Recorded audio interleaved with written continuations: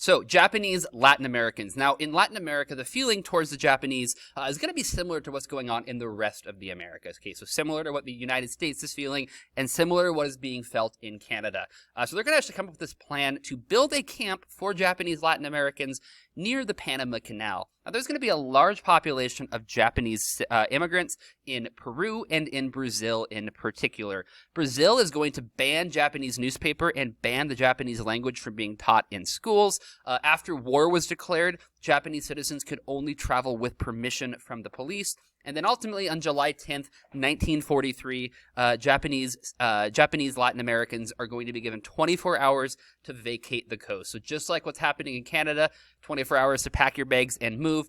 The same thing is going to be happening in Latin America on July 10th, 1943. Peru's Japanese are going to be targeted by the United States and the Peruvian government. They're going to actually be sent to camps in the United States as a way of interring them to make sure they're not acting as spies, so to speak. Japanese Latin Americans are going to be also used in prisoner exchange programs with Japan. It's going to be happening twice, where there's 800 Japanese Latin Americans are going to be traded for prisoners of war, soldiers from the Americas, 800 Japanese Latin Americans. These are individuals, many of them, who have never actually been to Japan. It's just simply their ancestral homeland. Okay, they are Japanese in heritage and not actually Japanese.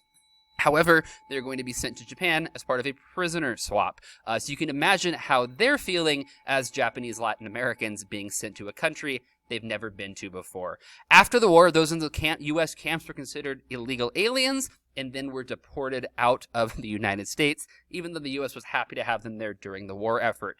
They were deported to Japan since their home country would not take them. So, for example, you could be a Japanese-Peruvian citizen, okay, a citizen of Peru. You could have been sent to the United States and then either traded with Japan for a prisoner swap, or just sit in the United States to be in these camps till after the war and then get deported to Japan because Peru, the country of your birth, would not take you. So you can understand, not exactly a good situation for Japanese Latin Americans. A lot of prejudice going on in the Americas towards the Japanese, as we could see in this section of videos. If you have questions, comments, put it down below. Otherwise, I'll see you later. Good luck.